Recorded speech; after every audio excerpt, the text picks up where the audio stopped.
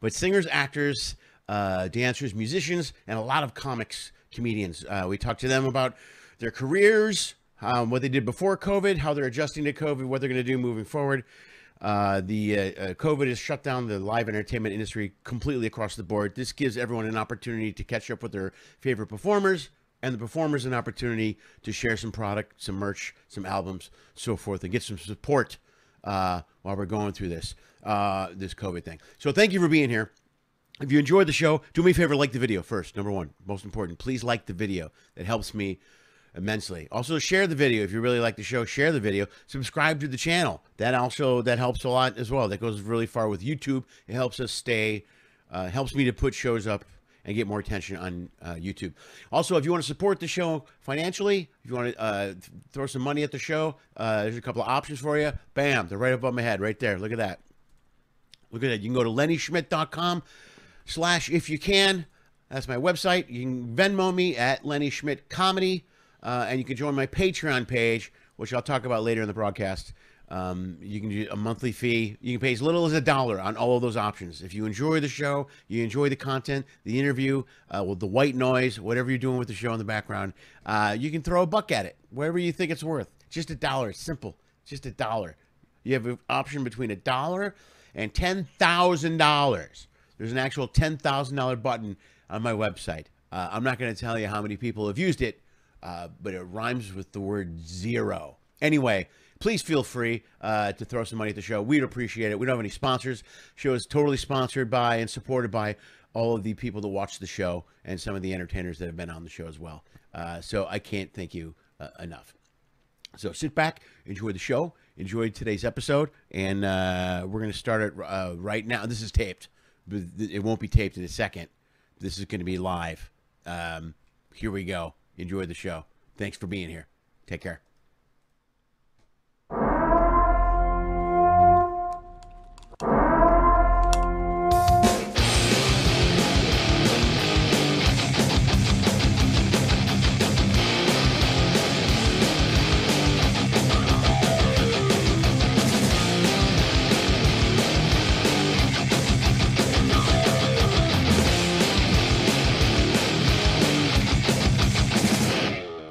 Yeah, banga, banga, banga, banga, banga, banga, banga, banga.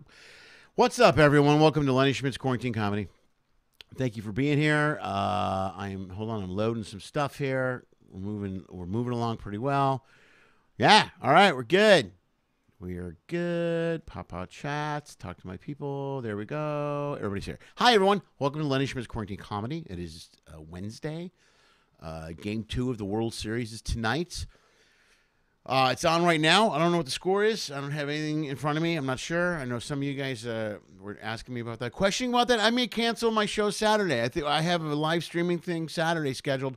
I'm considering canceling it because I've always been annoyed when people would schedule sporting events. Schedule anything during sporting events. That just makes no sense to me. You know what I mean? It's a World Series. It's a football playoff game. It's a national championship. There's no reason to do anything else. So I may cancel it. I'll know in a couple of days. What's going on? So let me say hello to everyone really quick. Oh, wait. First, I'm going to cover what there was in the news. There's not a lot. Oh, okay. Just a cruise thing real quick. Some of you guys, this is very funny. The Aida Blue cruise ship over in Italy. They were touring. They were in a cruise. I just want to, if you're watching the show and you cruise, you know where I stand because I work on ships. So I want everyone to get the crap together. And the biggest question to me has been, as always, are the cruise lines going to be strict with the rules and follow through on them? Because there's a lot of new rules coming in. And usually cruise lines go, well, we'll let you slide because you're a diamond member or whatever, or ultra classic member, or a lifetime grandfathered in because your father built the Titanic member. You know what I mean? So I got to see if they bend rules, it's going to be an issue. But that doesn't seem to be the case. Another guy got kicked off a ship in Italy a couple days ago. Got off on an excursion, went into the city by himself. He came back and said, what are you going to do? And they said, well, we're going to send you home. They gave him his passport, and he had to leave. Buy his own plane ticket, go home. Think about that. Think about that. Think about that. Follow the rules. Look, I want to cruise just as much as you guys do, probably more, because I get paid to cruise. And you guys, you pay to cruise. I'm sure it's entertaining. I'm not taking anything away from vacations. However, I'm delivering food now on the side. I think we all know that. Ooh, I have a story about that in a minute, too, but I'll make it short. Anyway, follow the rules. You're going to have to wear a mask on a ship. This is just the way it's going to be. It's not going to go away. Not going to end. So wear the mask. Just wear the mask. You know what? Wear the mask everywhere now. There's a second wave that we're talking about. It's here. Wear the mask. There was a guy that got kicked out of Disneyland. Disney World. I got Rose's name now because he's an idiot. Hold on. Roy Fields, who's a minister, by the way. Why is there so many guys breaking these rules are ministers?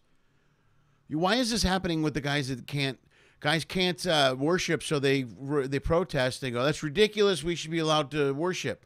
You know, you could worship years ago before there were churches. You know, you could worship. You don't need a church to worship. You can worship from anywhere, from like a field, from your room. Prisoners in jail that are in solitary pray. I'm sure God hears their prayers. You don't need to be in a room full of people. So I don't know what the minister is doing, but he went to Disney World, wore his mask inside, took it off, and then started screaming and yelling. And now he's banned for life from Disney. I want you to think about that. Let's let that sit for a second. You are banned for life. For life. No, and that means everything Disney. Everything.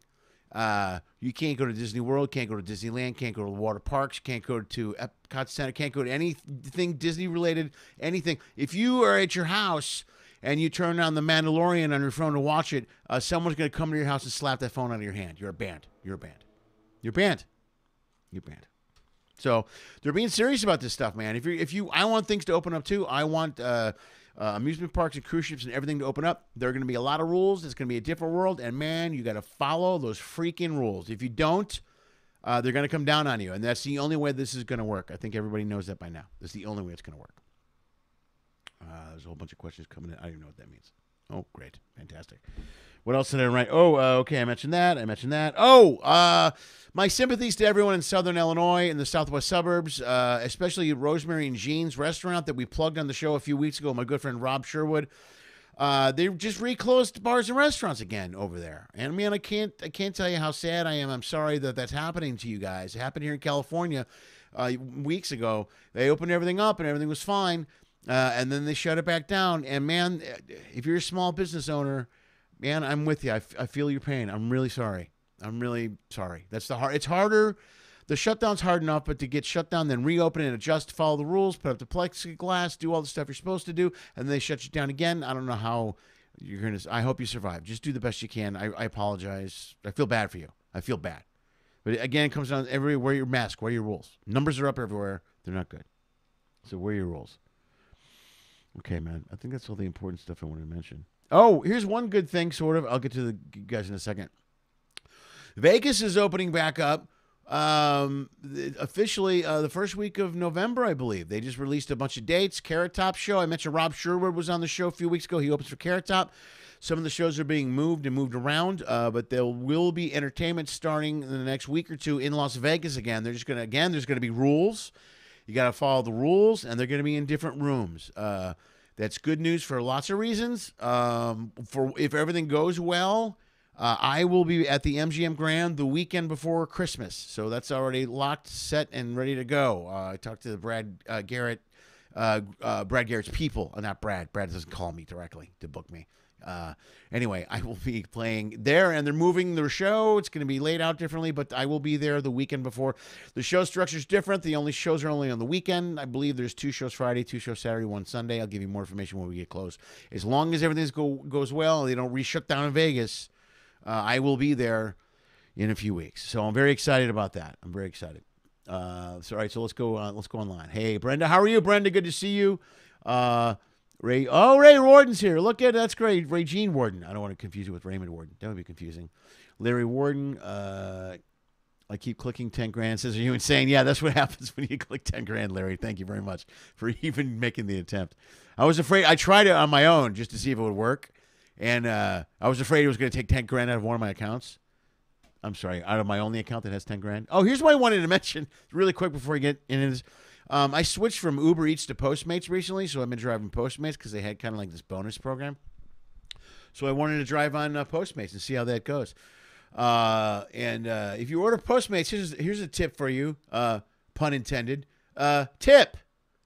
I can't believe I'm averaging $2 a delivery in tips from from Postmates. Yeah, I'm not kidding. Uber Eats, or average way more than that. I might go back to Uber Eats, actually, I think. I've been trying to give it some days to see how I do money-wise. I'd play the bonuses, basically. But, man, I can't believe nobody on Postmates tips. I'm not kidding. I had 12 deliveries the other night, no tips. Who orders food and doesn't tip? Like, ever. As a delivery guy, I always tip high, you know. Even I used to deliver I worked in restaurants, so, I mean, if you work in restaurants, you tend to tip pretty well, you know, I guess. But I always tip a driver at least $5, you know, and plus, here's my theory. If you're ordering a Frappuccino at midnight, and someone drives it to your house, and the Frappuccino costs you $8, you probably think, oh, it's only $8. You know, I don't need a tip for that. Yeah, the driver just took time out of his day to bring you an $8 Frappuccino. And he's getting paid by the delivery. So, I mean, whatever. I don't want to complain. I'm complaining. Tip, damn it. Just tip. You know, I'm doing the work. I'm not sitting at home crying that I'm not making money. I go out, when I shut this down, I go drive. I drive till 3 in the morning. Or as long as I can. But, man, tip. Who's not tipping? I want to yell. I can't believe anybody is not tipping. That's just ridiculous to me. Children. Okay, Larry Warden. I already mentioned Larry. Rule follower. Vince, yes. Vince, thank you. Follow the rules. I'm not happy about wearing a mask either, but do it. It's not that hard. Don't give me this cramp you can't breathe with a mask on either. I can't buy that. It's ridiculous. Yeah, banned from Disney, Lori. Can you believe that? Guy banned from Disney. Hello, Lori. Good to see you. Brenda Runnion's here. Hi, Brenda. Of course you're here. Okay. Alex is here. Yeah, Alex, today was my Zoom show. Actually went very well. I was very happy. I was excited. Robin's thinking about going to Vegas. That's great, Robin. Yeah, make sure everything's good. Keith Runnion's here. I haven't seen your name in a while. Keith, what are you doing? This is for you, Keith, because you're always complaining. I almost drowned myself. I cannot believe the federal minimum wage is still $7.25 an hour. You've got to be. Okay, all right. Give me a second. I know it's 15 something here because that's right. California is much higher. It always has been. But federal $7 an hour. Do the math on that. Let's say you work part time. You go to school. You work 20 hours a week. That's 7 times 20. That's 140 after taxes. 20 hours, you're getting $100 for the week. What? That's 4. Let's say that's 4 shifts. How? Look, it's a tough time for everybody, but gotta be kidding me. Yeah, Blue Cup. There we go. How can I see the Zoom show? I don't know. Let me check into it. Jeffrey Tobin was happy during the Zoom show. Yeah, I did my Jeffrey Tobin impersonation during the Zoom show. That's not true. I didn't do that at all. All right, man. Okay, it's 12 in California? Okay, I thought it was 15. All right, 12 minimum dollar. We're actually having a conversation. We're not. This is for the podcast. I don't know how strong or solid this is going to be, but okay. Tammy made $1.75 for her first job ever, an hour. $1.75. Wow, I remember that. My first job, I think I made $2.70. Minimum wage was $2.70 in Illinois, I think then. Wow, can you imagine that? You know what blows me away is the cost of living and inflation, how everything has gone up and how the average wage has barely gone up over the last 20 to 30 years. Think about that. You know, I mean, we all know it. We know it. Politicians always have reason to talk their way out of it. Jerks. All right, man. Enough complaining. I have a great guest on the show today. He was glad. He was nice. He was happy enough to come in and do the show, even when there's a World Series game going on. He's a huge baseball fan. If you might know that from the promo, but he is a huge baseball fan, and he's a good friend of mine. He's a stand-up comic. You guys might recognize him. If you're working cruise ships, you've seen him. Let me see if I can do this without screwing it up. This is always an adventure. Folks, here's a clip from my good friend, the one and only Sid Davis.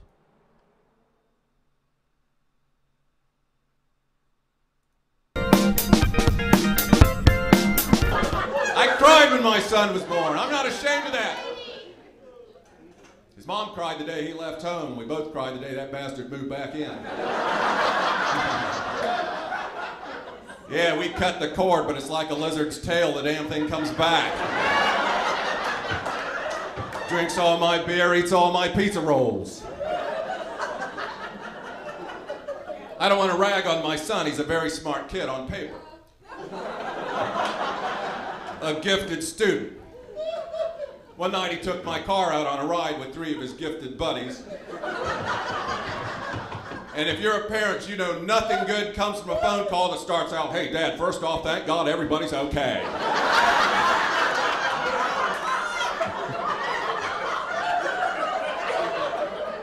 It's the middle of the night. I can't see the alarm clock. I want to know what time it is, so I rub my wife's thigh. "Oh, please, it's 2:30 in the morning. Thank you."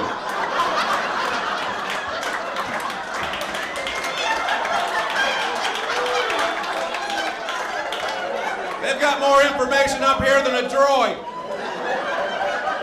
You want to have some fun? Rub it again. You'll get tomorrow's schedule. Damn it, I get up at 6:30. At 7 o'clock, I have to make breakfast. 8 o'clock, I have to go to work.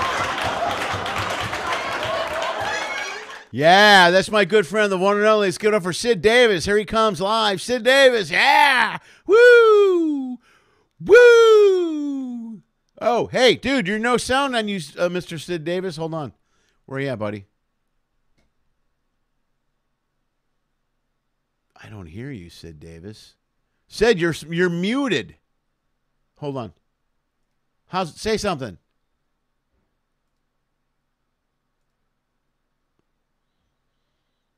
Oh, we checked the sound and everything earlier. We were just bragging about what great sound we have.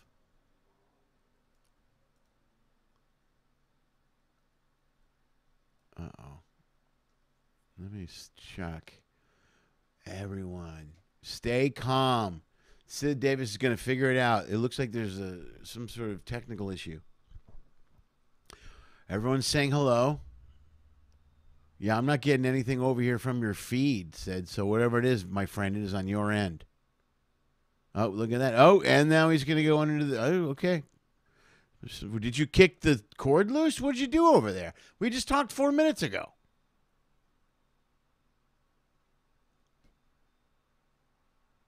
This is like the old days. This is going just like the old shows used to go, remember? You know what I'm saying? Yeah.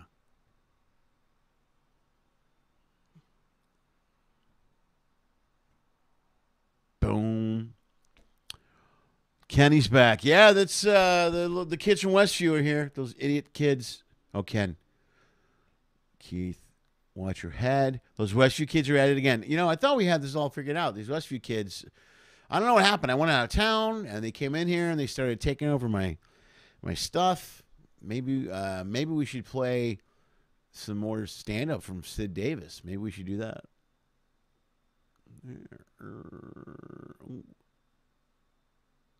Oh, hold on. This is going like clockwork. Remember the old days when things used to go wrong always? This will be fun to edit the next couple days. I'll enjoy this. Sid actually just left.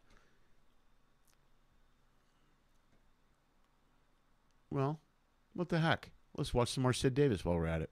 Let's do that.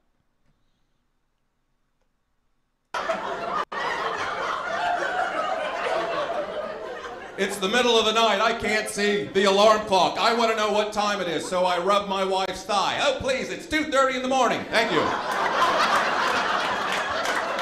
This joke is so good, it's worth hearing a second time.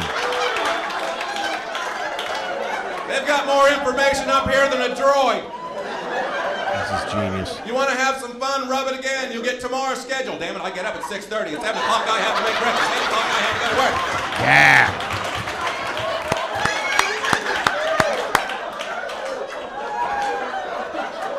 I'm sorry, I got off the subject. My son,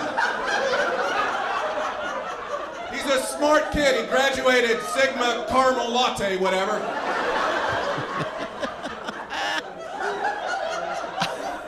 Could never explain to me how he put my car in a lake. When I go down the lake, it's flashing blue lights, tow trucks. Cop didn't want to let me back in. He goes, "There's nothing to see here, sir." But get this, some dumbass kid put a car in that lake. I said, "Listen, I happen to be that dumbass kid's attorney."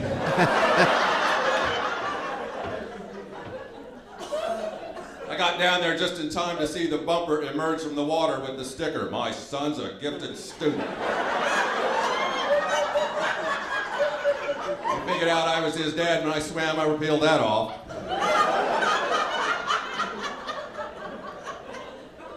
That's why I lose sleep. I can't go to sleep in bed. I can't stay awake driving a car. But I rented this fancy Cadillac, and it had this fancy device in it that actually wakes you up if you fall asleep at the wheel. It's called an airbag. Boom! You're awake. I'm alive. But I'm scared. The airbag went down, I realized everyone in Cracker Barrel was scared too. It's a rental car, I had to call it in. Hello, Hertz Service Center? Yeah, first off, thank God everybody's okay.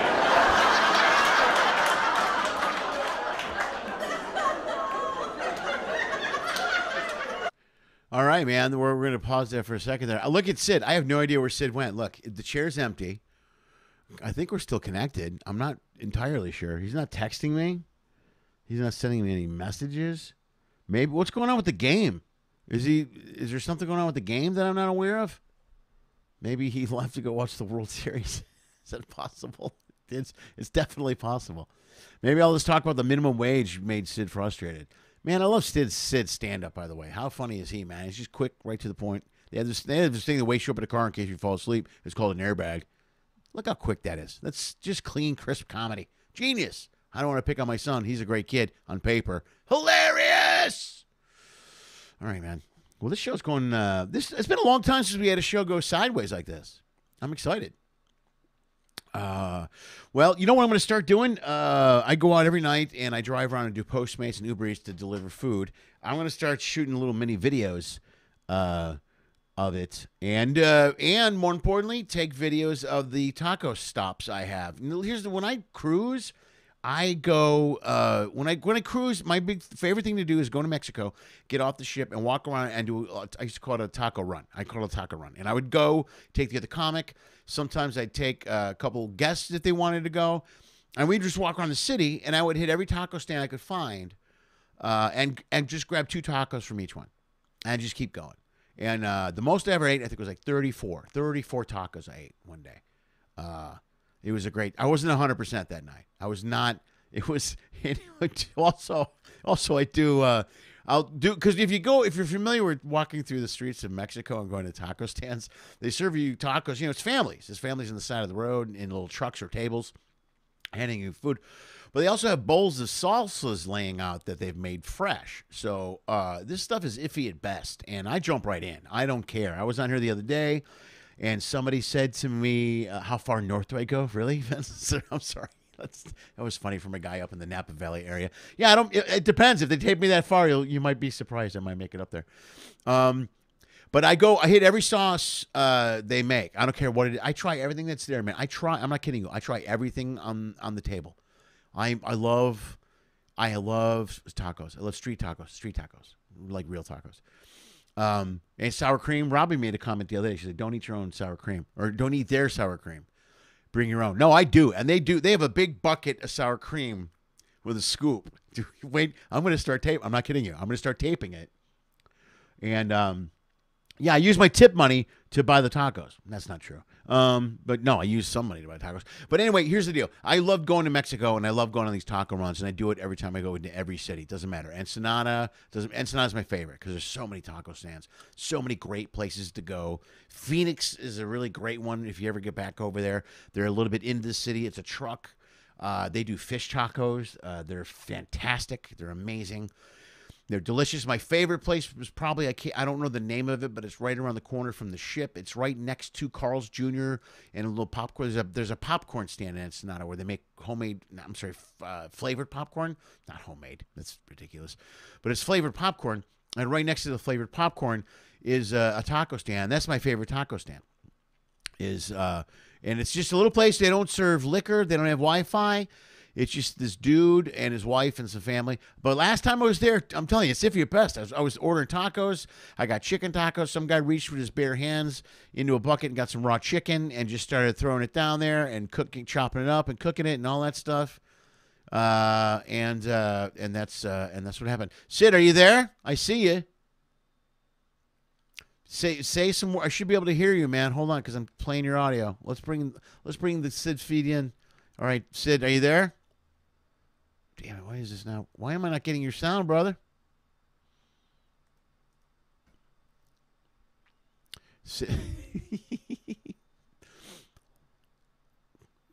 Do you have a? Is it a cord issue? Do you think, man? Because you look. I can't hear anything. You know what? Let's try this. I can give you another link. Let me send you another link and see if that works. Maybe it's on my end, because I'm not getting any levels out of you anymore. Before I was getting levels out of you. Now I'm not getting any levels at all. Let me see where are you at. Check test. See, I'm good. I got nothing from you, Sid. Say some words. Yeah, nothing's coming in. All right, here's what we're going to do. Let's give this another shot. We can do this on the fly. It's going to be awkward, but I don't care. Who cares? It's my show, right? Let's get another link. Bam. All right, man. Let's send this to Sid. Sid, I'm sending you another link, man. Sign out. Go ahead and sign out and close. And I'll close your window and then sign back in like you did a minute ago. With this link, with this new link. I'm sending you the new link right now. Here we go. Bam. Bam. Bam. There you go. You have the new link, my friend. Let me go down here. There's a new call. You're all set. All right, buddy. All right, we'll see you in a few minutes. And sign back in with a new link. Okay, boom. Here's me. Who's me? So I'm sorry, guys.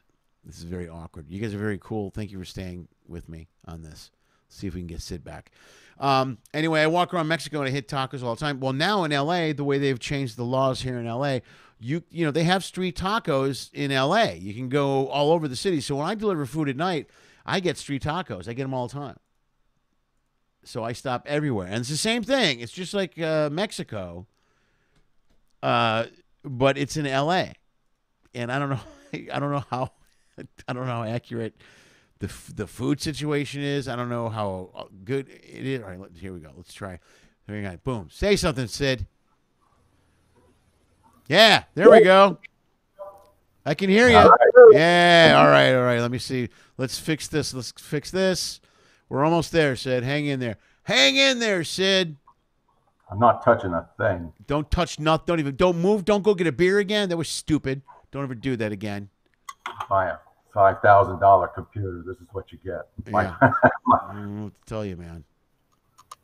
That's the 2-shot. What? Let's try that. Let's try that. Let's try that. Let's try this. Let's try that. Let's try it again. Say some words. Hey, are we there? Bam! Yes! Genius! Jerk. Yeah. I have one huge Power Max, man. I paid bucks for this, and this is what I get. What happened? From buying a wire on Amazon.com.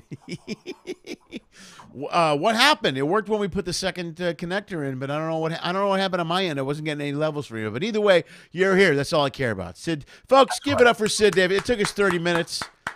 There you go. People are happy. Look, everyone can see you. Oh, they're all excited. There we go. There we go. Okay. If anybody wants a description of my life, it's the last 30 minutes is pretty much how it's How are things going? This is what goes on my head in stage. Like I can't hear anything. I can't see anything. All right, man. That's the best. All right, buddy. How are you? Good. Honestly, good. Excellent, man. I'm just about ready to have, my blood pressure's a little higher now than it was when I came on. Other than that, it's okay. Good. Perfect. That's the way we like it. We like everyone. Usually every show was like that. I got news for you. It used to be every single show was just a chaos. But I've kind of got this. I'm doing pretty well. I'm supposed to add a new camera and change my feed, but I'm afraid to do it because I got this down. I'm like, I don't want to mess. I'm doing good right now. I don't want to. Why throw? They go, you can do better with a better camera and this. I go, I don't know. So, but usually every show, huh? You got to do your test runs. Yeah, I do that all the time. It's funny. Like I get people to follow the show, and I'll do a test run in the middle of the afternoon, and people will catch it. Like I'll feed it through YouTube to make sure it's feeding, and somehow someone will see. I won't advertise it, but they'll know. They'll figure it out. Whatever, right, man. All right, buddy. So hey, what's going on? Have you been? You said you're in. Say Charlotte. Charlotte, yeah, Mooresville, just north of Charlotte. Are you? What's going on? What are the rules there? Are you gigging? Are you doing shows down there? What's going on? I am doing a show at Chattanooga Comedy Catch, and then the next week I'm doing Crackers. So I did a country club, and there was social distancing, and then you get in these private clubs though, they kind of get away from it, and it's kind of scary. Right. It's what you were talking about. It's private, and there's no rules enforced. The wait staff is wearing masks, and then somebody sticks their hand out after a show who's a non-believer. It reminds me when I'm changing my kid's diaper and there's a turd in there. I'm like, a non-believer. That's great. That's fantastic. I don't get it. Well, so Chattanooga now. That's over in that's Chattanooga, Tennessee. The Comedy Cast. Tennessee, yeah. Right. God, I'm glad they're still kicking. Good for them, man. Right off of I-75. Right. Okay. Well, that's good. You were up in Chicago. Did you ever make that drive north down through? I haven't been there in a long time. But I used to play Comedy Catch all the time. It's been quite some time since I've been over there. It's a great room. It's awesome. It's fun. Yeah. You know what I mean? They have See Rock City everywhere. That's where that is, Rock City. Oh, is it really? Yeah. I think I haven't been. I think they've moved since the time I was there. You know what I mean?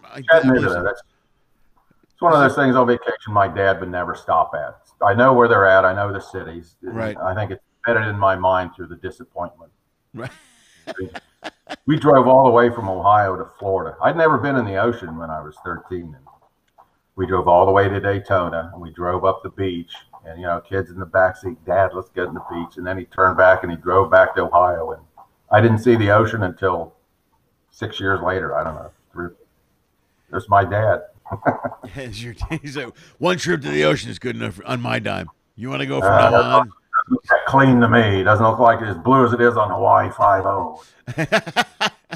This doesn't look like Hawaii 5-0. No, it does not. It does not. We were talking before we came on about UHF. Oh, man. Those are the days. That was, I forget, my dad would not break down. He bought a color, that's what reminded me of that. He bought a color TV, and that had UHF on it. It was 1968, I think.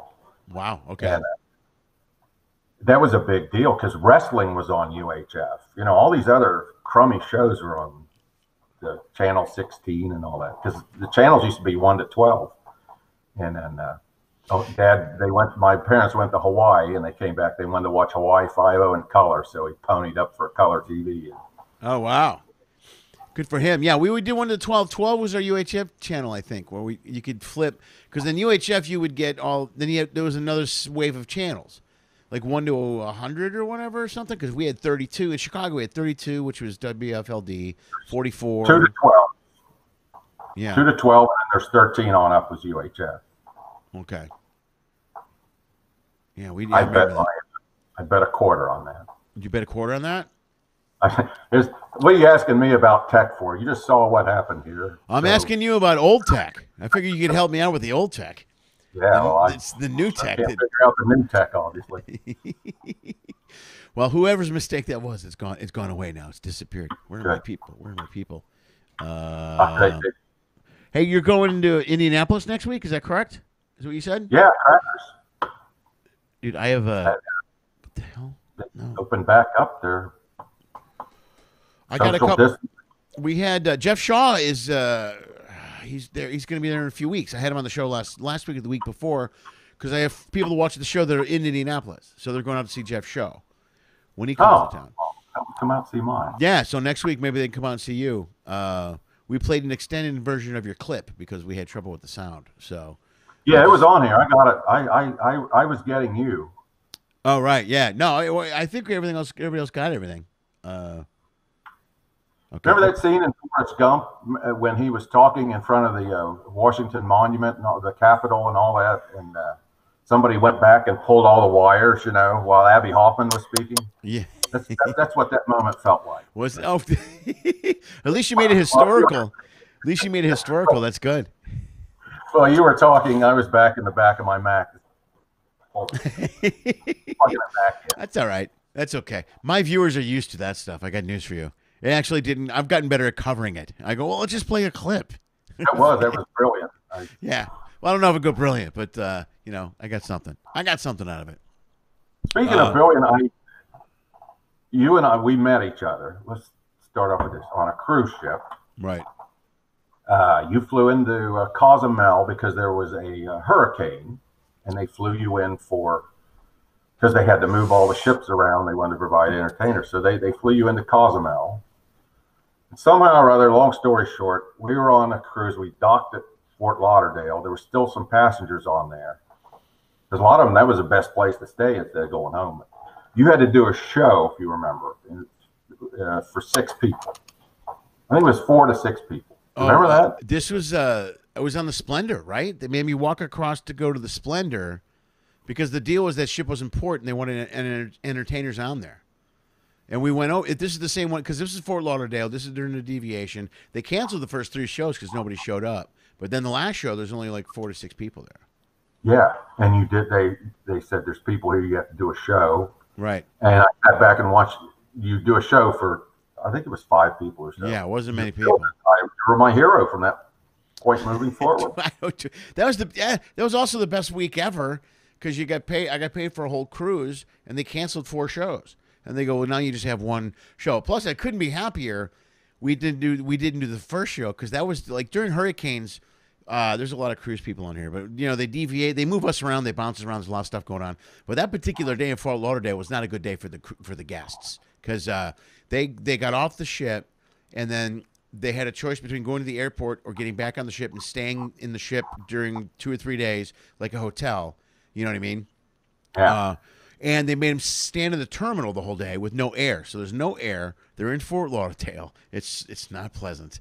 And I walked through all of them and get on the ship, right? And I'm standing in the lobby, talking to the cruise director and some other people, and they go, they just told us from the port that these people, when they get on the ship, we have to tell them to get their things and leave. They can't stay. If they stay longer than an hour, they can't get off the ship. They have to leave tomorrow morning by 5 for the airport. I mean, it's a whole list of bad news. And I go, and it kept changing too. Oh, and I go, well, I'm going downstairs to my cabin because I don't want to be anywhere near these people. When you start to explain to them that they're gonna grab their stuff and leave by tomorrow morning. So, well, we'll call you if there's a show. And I go, okay, I hope there's not a show because the people will have to leave at 6 a.m. in the morning and they're not happy. And sure enough, they canceled all the shows till that last day. And then the other option was to stay on the ship for the full 3 days. And then get off after 3 days, and then they could fly home because it was the hurricane went through there. You know, it was a mess. It was done. Yeah. And then the second reason when you were my hero was you enlightened me that beer, they sold beer 24/7 at the pizza place. So remember that? Yeah, they don't do that anymore. They don't do that anymore. By the way, they stopped. Probably we probably because of us. Yeah, I think we broke the rule. Yeah, that was the thing. I remember we were getting pizza that night, and I got a beer, and you're like, "What are you doing?" I go, "I'm getting a beer." You can get beer? Yes, you can. That was like the heavens opened up. Yeah. It's like 3:30 in the morning. We're sitting out eating pizzas, drinking beer. It was great. Those were the days. Oh yeah. Well, the crew bar closes at 2. And what are you gonna do? We had nothing to do. No, nothing. Plus, they cut us off at 1:30, so it's not like the crew bar is really open till 2. That's right. I'm thinking regular bars. Yeah. So it used to be the Lido deck bars on Carnival were open late, and some of the other ships have different rules. Like Princess, when I was on Princess, dude, you can do whatever you want. Their bars are open all night, and I could drink all night. It doesn't matter because I'm a guest on that line. That was pretty cool. In fact, I was on a Princess line once, drinking with the crew downstairs in the crew area, and they still have the black market cabins on there. Do you remember those? Have you ever dealt with the Asian market? They call it the Asian black market, or the is that right? The Asian market? What do they call it? No, the Filipino black market. That's it. It's the Filipino black market. Every ship used to have. About what I think you're talking about? Well, it's liquor and stuff. It's not like I No. heard rumors about Well, this one now. Every ship used to have a Filipino. those were not true at all. I investigated that thoroughly. Now, yeah, I signed on. I signed on because of that rule, and then I got there, and they said it was gone. But no, every ship used to have a black market, Filipino black market, which is if you wanted a vodka at 3 a.m, you just called a guy, and he showed up at your cabin with a bottle of vodka, and you paid him. Or you went to the particular black market cabin and you bought whatever you needed at the cabin. It was kind of like a cruise store run by the Filipinos. It was brilliant. Every ship used to have one. Carnival doesn't have any of them anymore, but some Princess ships still do. And the ship I was on had them. So that night we were there and we couldn't get a hold of the guy. So they They sent me to the crew to the guest bar. There's a guest nightclub, and I walk up to the. They go, "You can go get liquor." I go, "Really? For everyone?" They go, "Yeah." They don't care. I'm like, "Okay." So I walk up. The crew door opens in the nightclub, and there's 2 security guards standing right there. I go, "Hey," and they go, "What do you want?" I go, "I was going to buy a bunch of beers for the guys downstairs," and they go, "Oh yeah, come on." And they walk me to the bar. And I buy a bunch of beers for the guys downstairs, and the security guys carry them to the door for me. And the other guys come up, and I'm handling them. I'm handling them so like they couldn't come up and get them, but I could get them because I was a guest, and then I could just go right back down. And the security guard just high-fived me, and I left. No questions, no issues, no paperwork, no cameras, nobody pointing fingers at me. It was amazing. I'm walking back going, this is ridiculous. I got 2 huge trays of groceries with me. I was carrying groceries back to the cabin. We got groceries. I would have been scared they were playing a trick on me. You know, I thought they were. That's why I asked security first. And I go, I got a question. I'm going to get some beers, and I'm going to take them through this door, and I'm going to hand them to these guys. Does that sound good to you? And they go, yeah, if sure. a friend of mine did this. Yeah, they do it. Entertainers do it all the time. I go, oh, okay. I mean, it's just something they do. They don't care. I'm not wearing a name tag. Nobody gives a shit. You know, nobody pays attention. I don't have a name tag. Nobody questions me. No one's pointing at me about my shoes. It was the best. I was going through my computer bag the other day, and I saw my name tag, and a little tear came down my eye. Dude, I don't even remember where my name tag is now. I'm going to have to look around and find that stuff. I have all my name tags saved up from all the ships. Because no reason to give you a new one every time you went back on. So I got a ton of them. Yeah, I just started doing other lines right when the COVID hit. Oh, good. Go. So it's your fault. Okay. Good for you. That's what happened. That's good. Everything was fine until Sid started doing other lines. That's great. Did you get the pictures I sent of all the home improvement? I did. Yeah, dude. I got them right here, man. We can show them to the fine people here. Hold on. My dad was an engineer. I built this brick patio. There it was right there. Yeah, I'm trying to find it right. That's not going to be good. Look. And what do they call that little overhang there? They call it a ramada out in Arizona, or Peoria, Pergata, something like that. Oh, overhang? What do you mean? Well, you had a picture of it there. I got a brick patio, and then I built this thing. And I put a roof on it. It has electricity on it. It has a TV that hangs down. Let's do this. This is the best way to do this. Hold on. Here we go. Let's get rid of now me. your stuff's not working. I feel better now. There we go. All right. Here we go. Well. No, you had it up there. It is. I know. I don't want it above your face. There we go. Look at that. Oh, no, okay. My face. No. This is. I'm a professional. Professional. Hey, see that? It's got an overhang there, and I sit out there and watch baseball. Yeah. What is? Wait. Here we go. That's awesome. What is it? Like an awning? Is it your patio? Yeah. There's a roof on it, and it's got electricity. There's a TV hanging down, and there's a paddle fan, and that's what I did over the summer. I put the roof on it and put electricity up there. So your place is COVID friendly now. Now, nobody comes, nobody goes. Well, I leave and come back. I go to Lowe's. I went to Lowe's so many times. Lowe's Hardware. Okay, what's this? You got my. I like this. You got the TV out there. That's awesome. Yeah, and a hummingbird feeder, and then there's my property looks straight back to just woods. So that's great. Yeah, that's cool. At least you got somewhere to hang during the thing, man. Yeah, I get golf balls back there. I had this huge to-do list. The house is 20 years old, so all this stuff needed it. So I finished the wood floors around the house, and I'm just a hardcore do-it-yourselfer. Dude, you're better than me, man. I'm the guy that hires a guy to do that stuff. Now that what you're looking at is my studio upstairs. I go up there and make videos. Dude, I love it, man. Smart, nice. A little green screen in the back. Yeah, it's completely soundproof. Not soundproof, but acoustical. Right. It's got good acoustics on it. That rolls up. It's a green screen, and nice. Then I turn it around. I have a background, and I used to make some stuff with Johnny Millwater up there. We had a little local TV show. Oh, right on. And we filmed the promos up there. What else do we have? And that's my golfing net. You play golf, don't you? No, I don't. Oh.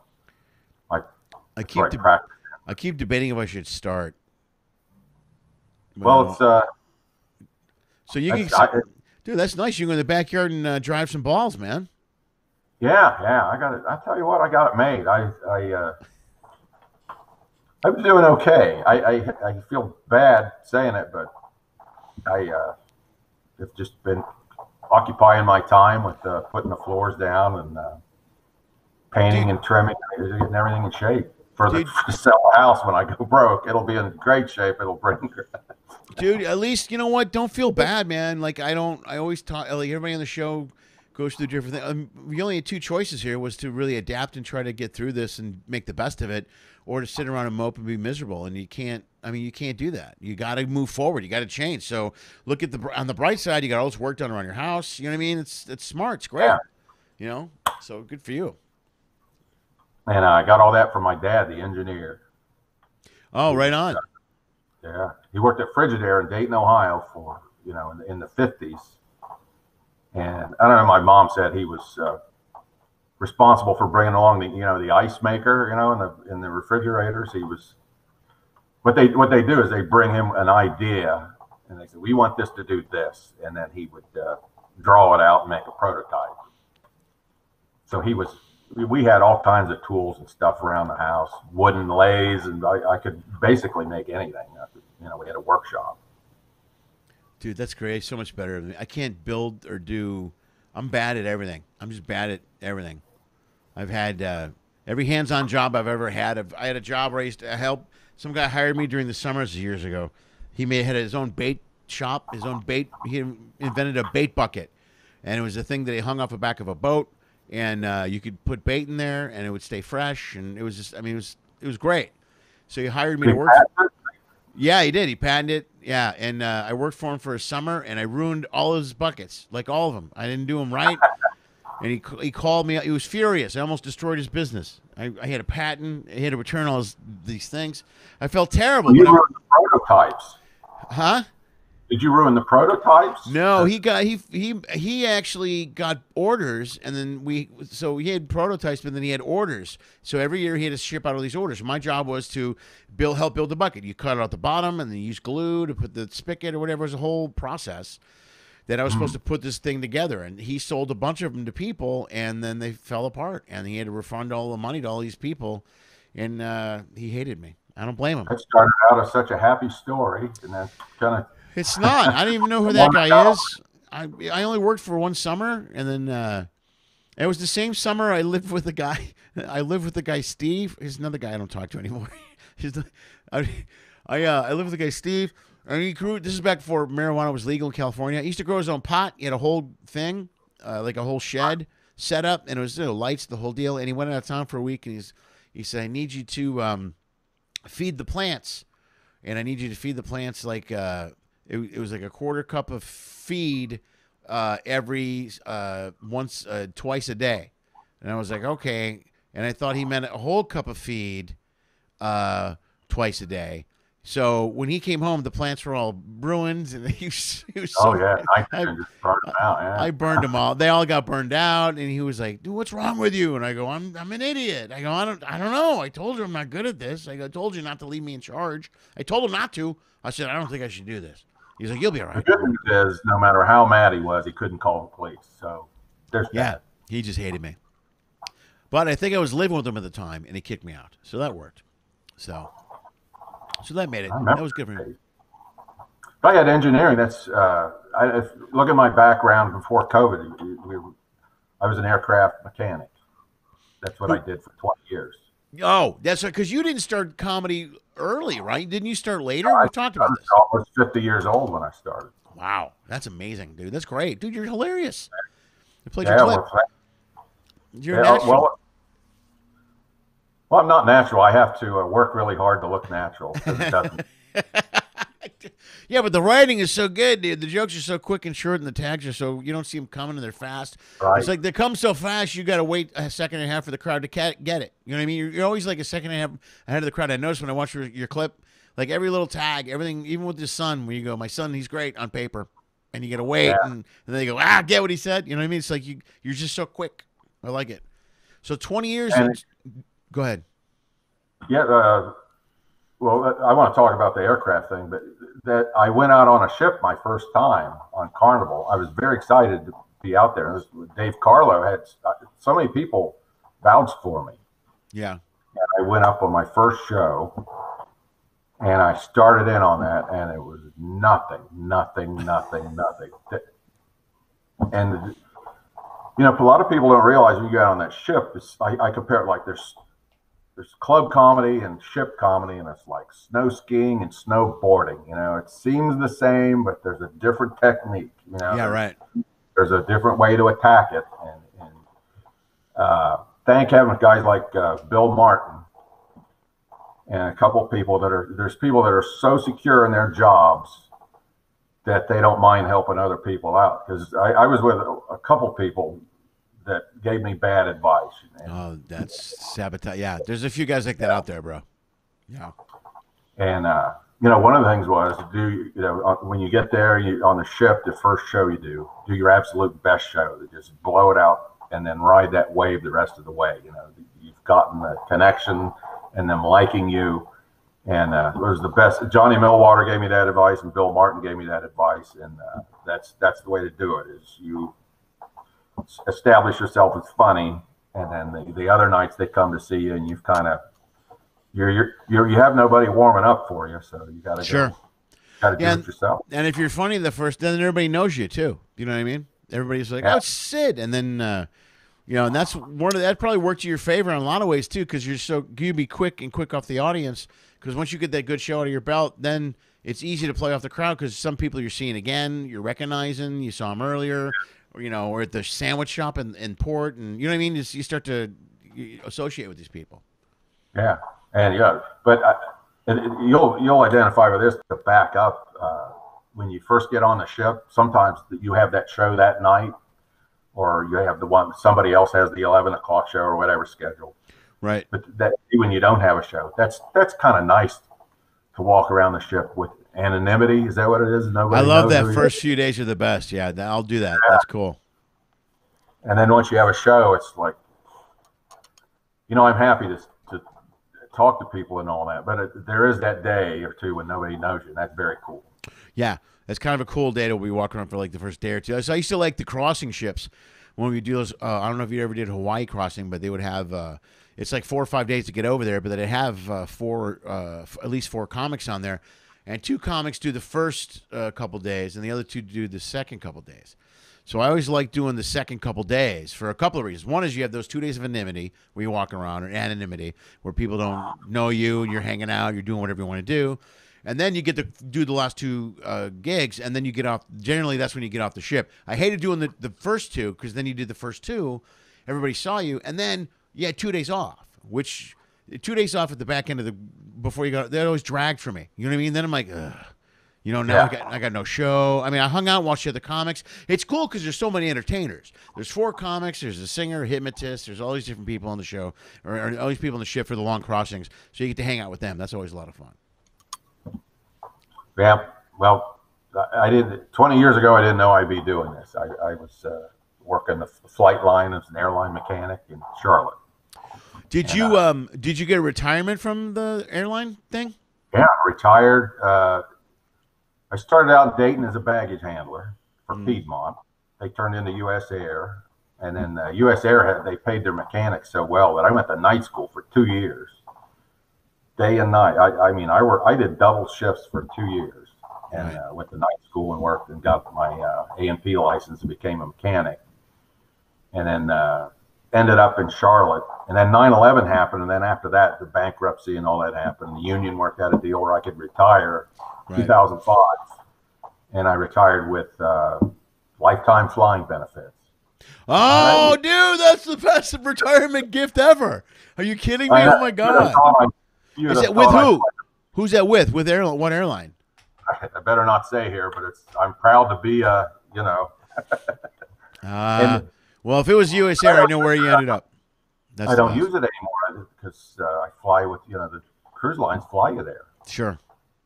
Yeah, but it's a huge advantage to you if you're on a cruise. Say you want to not fly back, you can fly back later. You know, how cool would it be to like go over to St. Thomas or something, or let's just say, for example, or Cozumel, and then you get off the ship and you go, I'm going to stay a day or two here, and then you don't have to file their itinerary. You just fly home on your own dime for free 2 days later. Right. Oh, how cool that is. I run into cases where you got to get up early to fly to a ship. Right. And I live in Charlotte, and at the hub, and there's so many non-stops going, which sounds great. But then sometimes the administration gives, instead of a non-stop from Miami or from Charlotte to wherever I'm going, they'll give me a Houston flight. I'll have to fly to Houston on United, and I'll get there 2 hours early when there was a non-stop. And, I could get on that flight technically. Right. But if something happened, I didn't make the plane, and then they backtrack and say, why didn't you get on that flight that we put you on? So yeah, I had to follow the rules. Yeah. You got to follow the rules. That's still smart, man, to get your retirement set up and then go do comedy. I wish I would have pulled that off. That'd have been brilliant. But I loved working for the airline, and I was a mechanic. I don't have a bit about it, but we would sneak over and fly the flight simulators. Oh, no way, really? $4 million video game. I mean, and when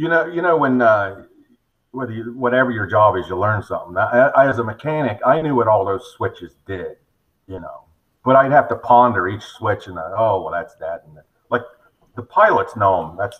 They know them here. So we get in the simulator, and taking off is pretty easy. You put it up, and then there's flaps and all that. There's not. But landing, that was it was difficult because we were coming in Charlotte, and there's the ground and stuff. It's realistic. The graphics are great. And we're coming in, I guess, signaling you too low and too slow. Well, then I panic. I don't have the wherewithal to figure out what to do, and then I took out a Wendy's and all these cars in the Hertz rental lot.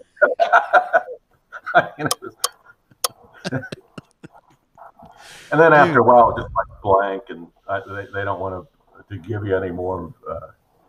Because that's they give you the initial impact of the crash. And I remember I had the Wendy's and a credit union in a car lot.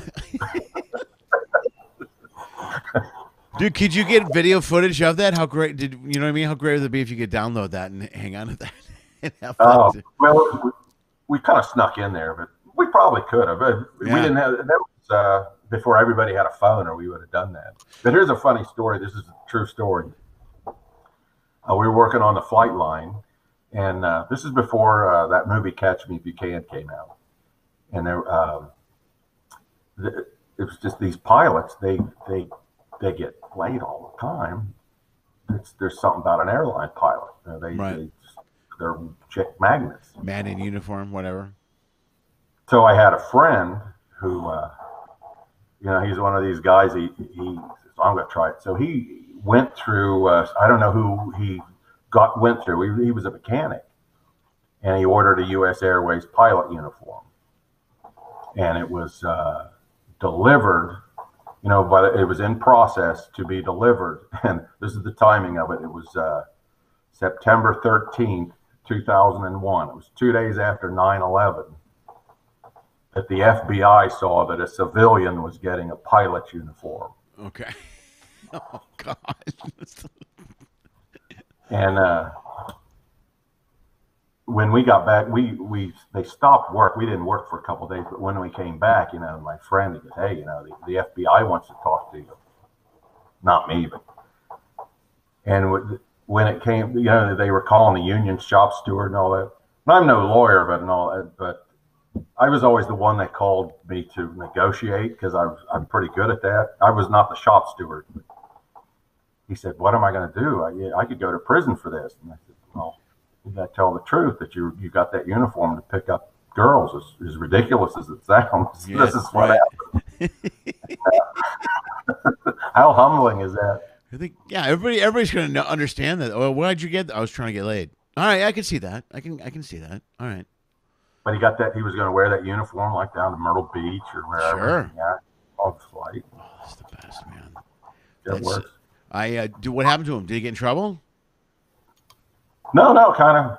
kind of went away. I mean, Oh, good for him. All right, that's he cool. had no, there was no trail of it, him being a terrorist. He was just some mechanic. Man, those were the days. The whole "Catch Me If You Can," that lifestyle. Man, I watch those movies and think about Love time. Remember when you could write a bad check and walk away? You know what I mean? Like I used to. And when I was a kid, I've never been good with money. But when I was a kid, I never knew money, so I'd write checks for pizza that were no good. So my friends would call them $35 pizzas because I would order a pizza for $12 and then end up paying the $22 fee or whatever. So they go, yeah, I do it all the time. So my buddy would be like, is that is that a $35 pizza? Yes, it is. This is a $35 pizza, and I would order it. And I think about it, you could get away with that stuff for years, and even farther. Look at Bonnie and Clyde. I was just watching a movie the other day when they were robbing banks. And I was like, God, remember when people could rob banks? Technology has changed so much, you can't get away with anything anymore. They catch everything. And like another good example is during the riots lately, people that loot. I don't know why people still try to loot stuff. And then they get caught and they go, I can't believe you caught me. And I'm like, it's all on video. Everywhere you look, there's a shot of somebody, Yeah, and all that stuff, I think it's traced to the serial number, so they could actually, if it's an electronic. They can find, it's really easy to find you guys, yes. They're always shot. There was a guy in Philadelphia I saw that rode up in a motorized wheelchair, and got out and grabbed the TV and came back and sat in the wheelchair and drove away with the wheel. And everybody's confused. They're like, I can't believe we're getting caught. And CNN's showing close-up shots of guys on the screen. And I'm like, well, that guy's going to get caught. You know he is. What are you thinking? Yeah. But I used to do I saw Frank Abagnale. He made a speech, before I even knew who he was, and that's the "Catch Me If You Can" guy. Yeah, right. That guy was ballsy.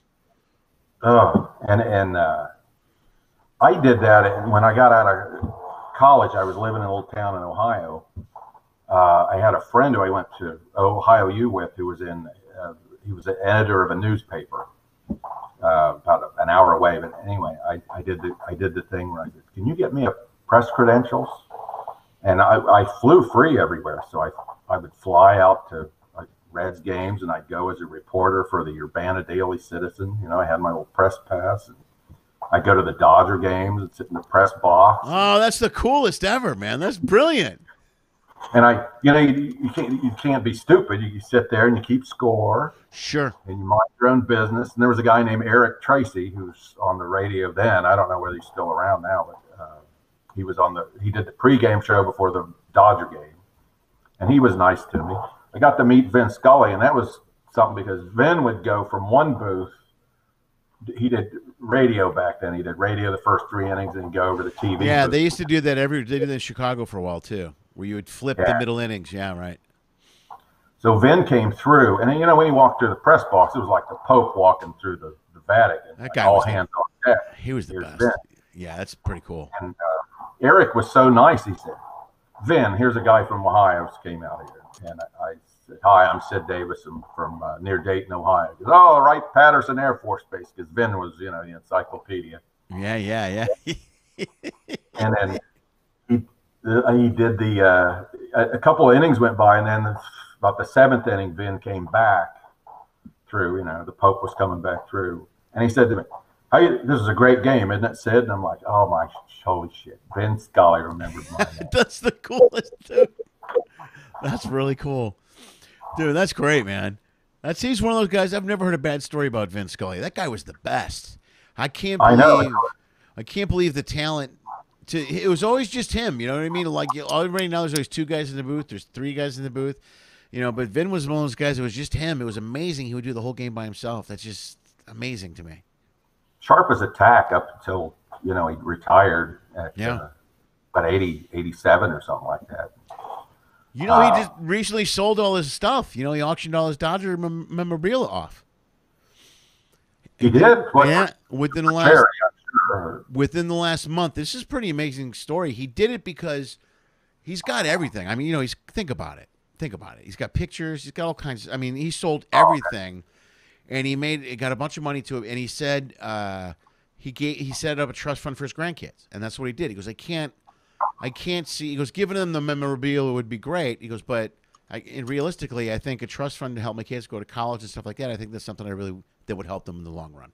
And it was kind of amazing to think about that he just sold all this stuff and set up the money for his grandkids, and because there was an interview with him on LA radio here. When he got rid of everything, he was fine until he got rid of his golf clubs. And the golf clubs were the hardest ones for him to get rid of. He used to go golfing with his wife all the time, and that was an emotional moment for him. So many things they'd asked him about all these things, but it was the golf clubs that tore him up. And he auctioned everything off and put the money in a trust for his grandkids. He just didn't think his kids would appreciate the memorabilia, and he wanted to sell it to Dodger fans who were going to appreciate it on a fan level. And I thought that was a great story. That's just remarkable. That was one of my things on my bucket list growing up. Was I wanted to take my son out to Dodger Stadium, and I taught him when he was a little kid, 6 or 7, how to keep score. We always had a scorebook. Yeah. And I wanted to go with my son to the Dodger Stadium and watch the Dodgers and listen to Vin on the radio, and I got to do that. That's awesome. That's very cool. And before we go, have you seen? I get baseballs. I get baseballs all the time. I go to these minor league games. Yeah, I see the bunch of pictures of you doing minor league games. That's very cool. Right. And I'll share my story of how I get. They're not foul balls. Okay. All right. Here's what happens. You go sit by the dugout, right? And these are minor league games. I go to single A games and triple A games, and there's an app, the MILB app, that shows you what's going on in the game and who the players are in the position.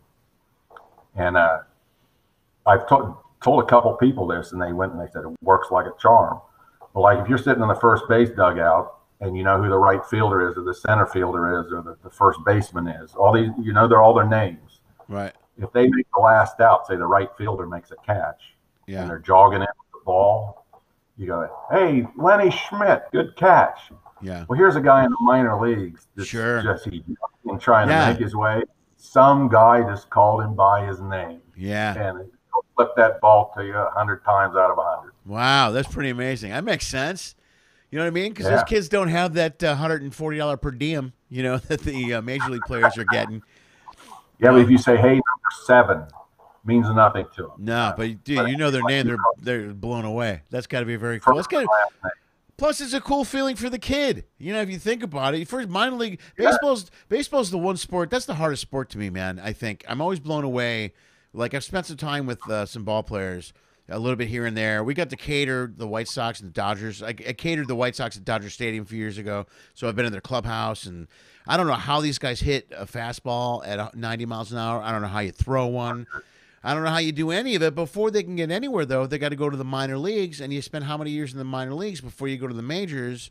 You know what I mean? And the only exception is sometimes you get those young kids that come out because they throw such heat. The Sox had a kid that got hurt in the playoffs actually, threw 104 miles an hour, and they brought him up for the playoffs. But he comes in and he's only there. He's going to go back down because you got to learn how to throw a spinner. You got to learn how to throw a curveball. Right. There's so many intricacies to baseball. You can't have one pitch. You got to be a good major league pitcher. You got to have to be. If you're really good, you could probably get away with 3 pitches. But then as you get older, most of these guys develop 4 or 5 pitches or have one changeup that has 4 different speeds. It's amazing to me. That game is so amazing to me. How much work it takes to get there. I live in Charlotte, so we're the White Sox AAA affiliate. So I got to see a lot of those guys come through. Luis Robert. Oh man, I've been riding this rebuild for 6-7 years, man. They've been crap for the last 5 or 6 years, and we knew this was the year that they were going to start getting better. And that kid Robert is locked up for 5 years. I can't believe he signed a deal before the season for 5 years. And my brother and I were talking about it. I go, there's no way that kid signs that deal. And I met a couple people from his.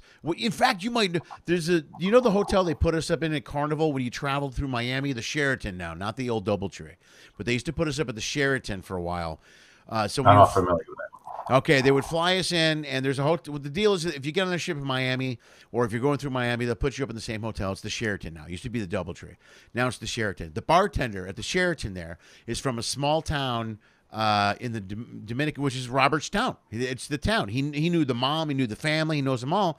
So I sat down, had dinner. I told him I was a White Sox fan. He starts, Luis Robert. And this is when Robert just got signed by the Sox. So he's telling me about this kid and how great he is and all this stuff. And I'm like, I can't wait for him to come up. And I've been hearing about him for years. So before the season started, when he was going to come up, and my brother and I were talking. I go, "There's no way that kid signs a deal without playing one inning of Major League Baseball." You know what I mean? There's no way he signs the extension, but he did.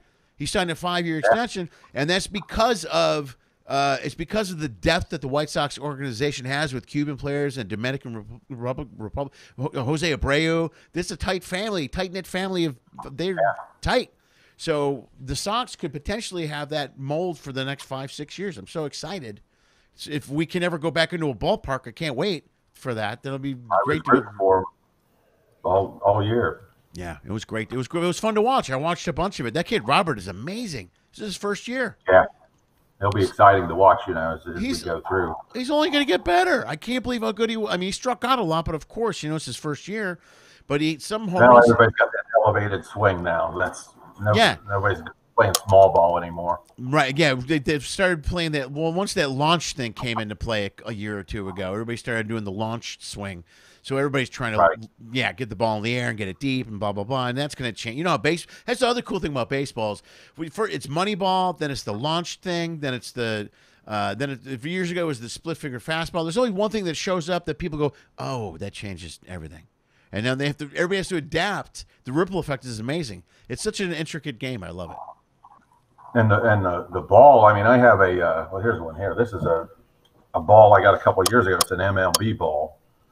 But I got another one last year, Cincinnati, and it's one of those new hot balls. And when you hold them side by side, you can see that the stitching is tighter and it's smaller. And you can hold them together and drop them on the sidewalk. The new one bounces a little bit higher. Sure, yeah, that's all it takes, dude. It's just a little.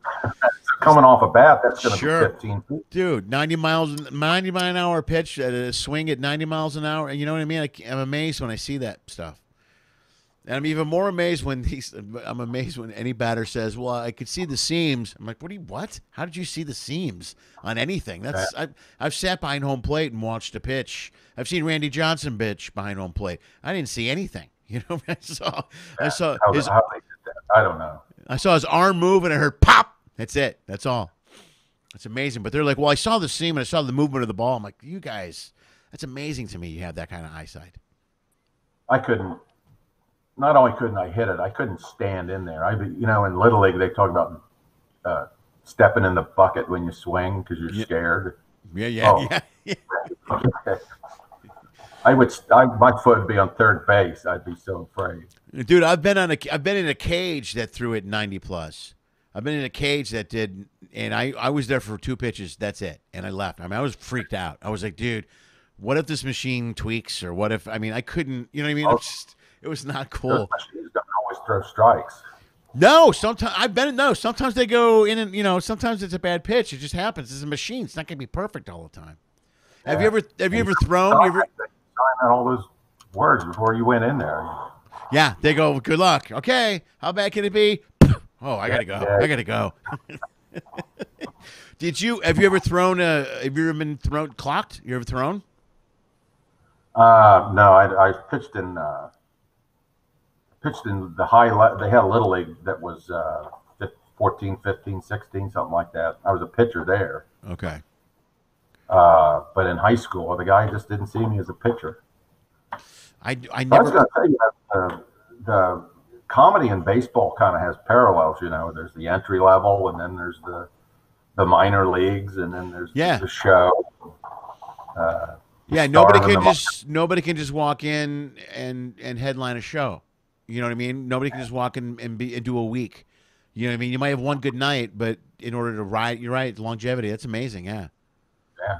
And you pay your dues at one level, and you get the best at that level, and then you're at the bottom of the ladder at the next level. Sure. Work your way up. When the travel gets better, there's a lot more parallels than I think.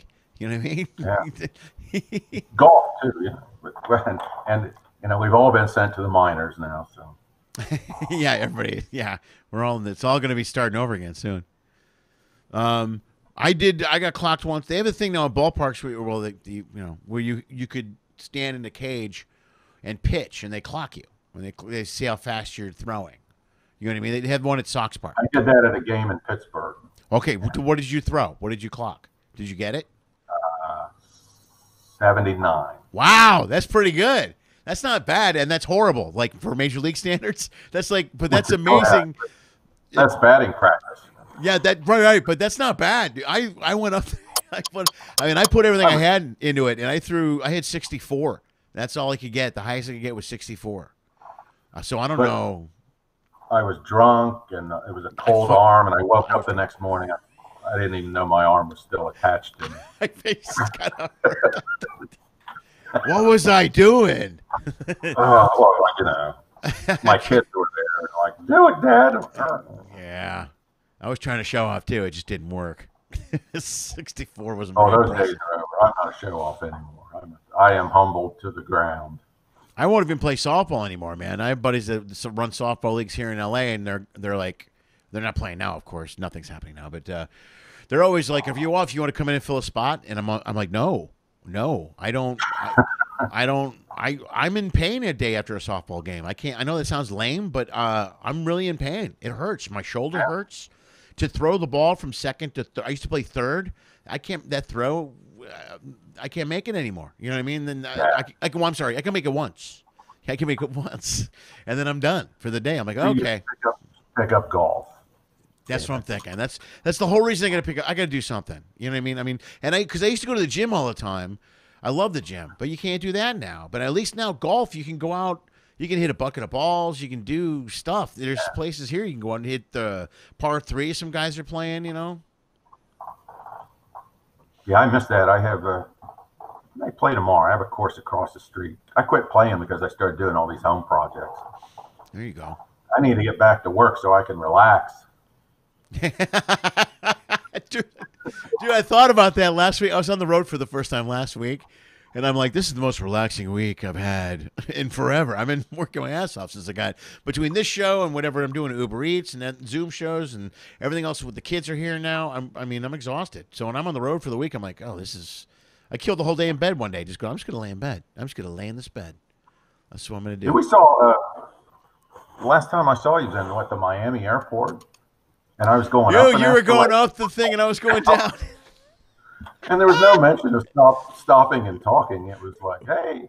No, how many times? Yeah, how many times you run by somebody at that airport? We're like, where you going? Cozumel. I'll see you later. Have a safe trip. You're working with Bill Martin. Oh, cool. Thanks. I'll see you later. Yeah. Or then they throw a name out, and you're like, oh shit. Yeah, there's a few. That was just I told a story not long ago. I was on a plane with a bunch of comics. We were going to a port, and there were comics I didn't like. I don't want to mention. I'm not going to mention names, obviously, but we didn't, and I didn't. We don't hang out much, so I just never said anything to them. I was hoping they wouldn't say anything to me, and they didn't. I got through the whole flight without anybody saying a word to me, and I was able to leave and go to my ship and get on the boat with the guy I liked. That was amazing. I was surprised because they looked at me twice. They knew who it was. I just didn't. Maybe they thought it wasn't me. I really don't care. Well, when you were coming up that escalator, I had to I bet $1 that's Lenny Schmidt, but then I do that whole thing. It's like I just yell Lenny out to nowhere and see if he was. I'll do the same thing. Where you kind of look around, where you go, Lenny, and you start looking like someone called you Lenny. Like Lenny, what? Oh, yeah. Right away I knew I had you. There we go. That was good. Man. All right, dude. Well, look, 7:19. I think we're going to wrap it up. We went an extra 20 minutes because it took us 30 minutes to sign up. That's exact. But I think accuracy-wise, I think we nailed it. We crushed it. Let me see if there's any questions. I have people that watch the show. Brenda always has a question, and I think one of her questions was we might have answered. She goes, here we go. What inspired you to start doing comedy? How did you end up in comedy? I was always kind of a class clown. I always wanted attention, and there's one of those people where when I got attention, I didn't know what to do with it. And like, hey, look at me, and then people look at me and like, oh. Why are you looking at me? Yeah. Now I got your attention. I have nothing to say. Yeah. So, when I was 16, I think, my sister went to UCLA. And we flew out there to see her, me and my dad. And we went to a Tonight Show, a Johnny Carson Tonight Show. Oh, that's great. And just that atmosphere was like, this is what I want to do. And I've been to several talk show tapings. I've been to Conan, and I've been to a lot of Jay Leno Tonight shows as an audience member.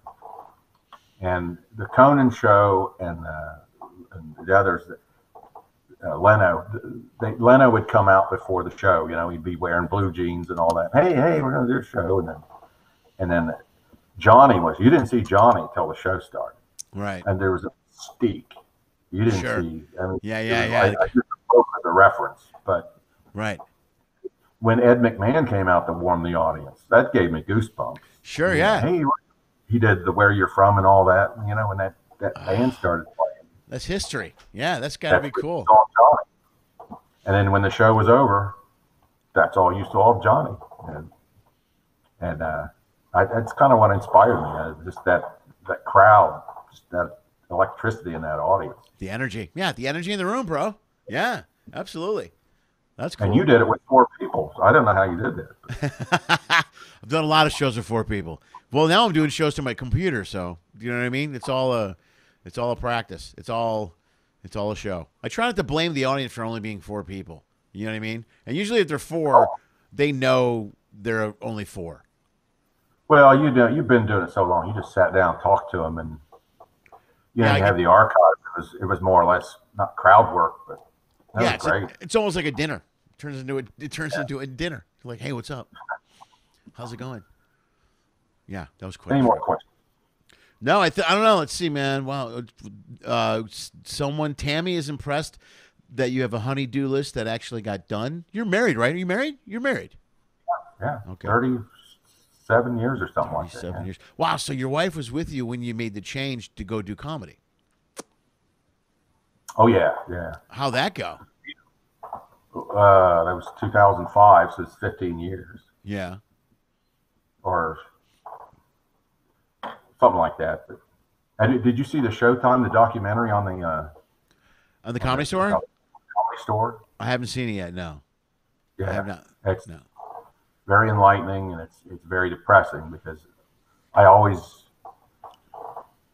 when I graduated college, I didn't make that choice to go out there and do that.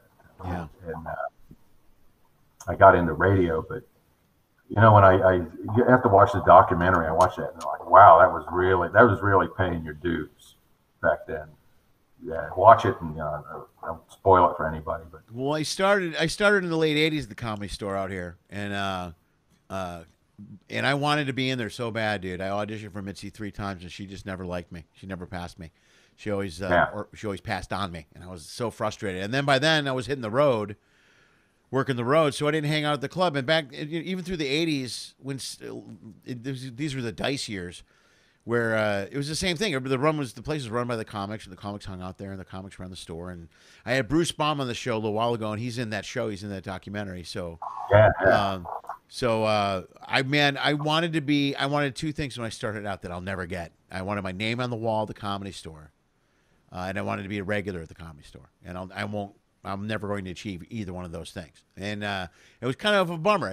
It's right. It's almost right up there with Johnny Carson. When you brought up Johnny Carson, when I started out, I dreamed of being on the Johnny Carson show, but I didn't think I'd ever have a possibility to because I was just starting out. But I had hoped I'd had a shot at being on the Letterman show. You know what I mean? So since then, all the guys, kind of the idols I had, Letterman, those guys are gone, and now it's down to Jimmy Kimmel, and not to downplay Jimmy Kimmel and those guys, but I know who they are, but they kind of showed up on the scene after I was doing stand-up. Jimmy showed up. I found out who Jimmy was after I'd been doing stand-up for a few years. Same thing with Conan, even though Conan's been around for years as a writer and it's been very brilliant. But so it's hard. I look at now, so I know I'm never doing Carson and never going to do Letterman. But the name of the Comedy Store wall thing always really bothered me, and the regular. And I know for a fact it won't be a regular because I used to go in there all the time. I still haven't been there quite a bit. Can't remember who runs it now. It's the guy that hangs with Norm. But I used to go in there all the time, and they go, you can go up and work on new stuff, but we're not going to make you regular. And the deal is I've already been around 30 years. I've been established. They don't want me as a regular. They don't need a guy like me. They like to have younger people in there as regulars that hang out. Plus, I'm a working comic. It's just a different vibe now. So it's very, when you mention sad and disappointing in the Comedy Store, that hits me a lot. Like I'll go there sometimes and do a spot, and I'll go there and hang out, but I'll never have my name on that wall. You know what I mean? I'll never be a regular there. It's kind of disappointing. It's something I always wanted to do as a comic. So, but I've come to terms with it. Damn it. I was on Johnny Millwater's cable TV show. I've done that. Dude, I've watched a couple. I love that, man. I love that. Is he doing it back up again? Crazy Late with Johnny Millwater? Yes. Yeah. It was the best when we were doing it on, what's that the cable station? Right. Cable access? Cable access. Yes, yeah. Dude. That's of course. Stuff. And we could only do an audience of 12 people. And that's all we had room for. But they had the stuff. Lighting and all that. We moved to the Comedy Zone, and it was echoey, and we had to do our own stuff. And yeah, it's different on a soundstage. Well, that's what cable access station was soundstage. Yeah, no, it was great. They used to have cable access stuff all the time. It's perfect for something like that. You're right. The comedy store clubs aren't set up for that. I tried to get Johnny in this show a couple times. He'll do it, won't he? Nah, he passed. He passed on me. Once I was going to have him on with Kim. And at the time he didn't want to do it. Maybe I'll hit him up again and see if he'll change his mind. Maybe I can talk him into it. He's a great guest. He'd be the best. I love Johnny Millwater. I think he's the greatest. He's very cool. He's been very helpful to me in my career. Dude, he's a great guy, very classy dude. Travels in a suit. I have so much respect for that. I'll never do that, by the way. But I have a lot of respect for him that he's like, he dresses classy when he travels. You know what I mean? It's impressive. A handful of people do that. You have a suit in case you have to do a corporate gig, right? Yeah, I have a suit. Yeah. I had when my mom you're about 7-8 years ago when my dad passed away, and Mom was taking his stuff to the thrift store. It was on a Tuesday, I remember. And I went by the suit, they have men's clothes there because it's like a Goodwill, a thrift store. And I saw this suit, and there was a jacket, and I tried it on. I go, man, this thing looks like it was made for me. And I said, I'm going to go in and try these pants on. And it was $6, Nice. And it was a top rag, whatever the name of the suit was. I tried the pants on. I came out of the fitting room. I go, looks like it was tailored for me. And Mom goes, well, while you were in there, the lady that works here she must have brought out 15 more. And we just right away went through the forensic thinking like some guy that was a fancy dresser that was my size just died, and his widow just brought all his suits in. Right. Get them all. I went out and bought suitcases, at the thrift store. And I bought 15 suits. And then I get to the checkout, like $6 a piece, so that'd be $70, $80. She goes, no, this is half off Tuesday. So these suits were like $3 each. No way. Oh man, that's a great story. And I can afford to mow my yard in a suit. My socks cost more than what I paid. Dude, that's awesome, man. Wearing a suit on stage now, nobody does it anymore. No, not really. Dude, good for you to find that, man. I can't, at a thrift store, I found one suit at a thrift store. It was a brown double-breasted suit that I had for years. And it's just, I don't look good in it. I don't look good. I look like Chris Farley in a bender. It's not, it's not good. But well, that one cost me $30 or whatever, for a suit. But dude, what a great score! Yeah, no, it's good. Still, it's a suit, man. What are you gonna do? What are you gonna do? All right, man. We're gonna wrap it up. Let's go. Let's get out of here. All right, everybody, dude. First of all, give Sid Davis a round of applause. I apologize for the inconveniences earlier. Signing on. Once again we figured it out. It all worked out. Everybody's happy. The viewers are still here. I don't have a ton of viewers, but they are loyal and they're always here and they're very supportive. And and many of them are from Carnival, so they've seen you before. And Lori might make it down to see your shows. Lori was just commenting about going to Jeff's show, so she might make it down to when is Crackers next weekend, right? That's next weekend, 31st. 30th. Okay, Halloween weekend you'll be at Crackers. So Halloween weekend you're at Crackers.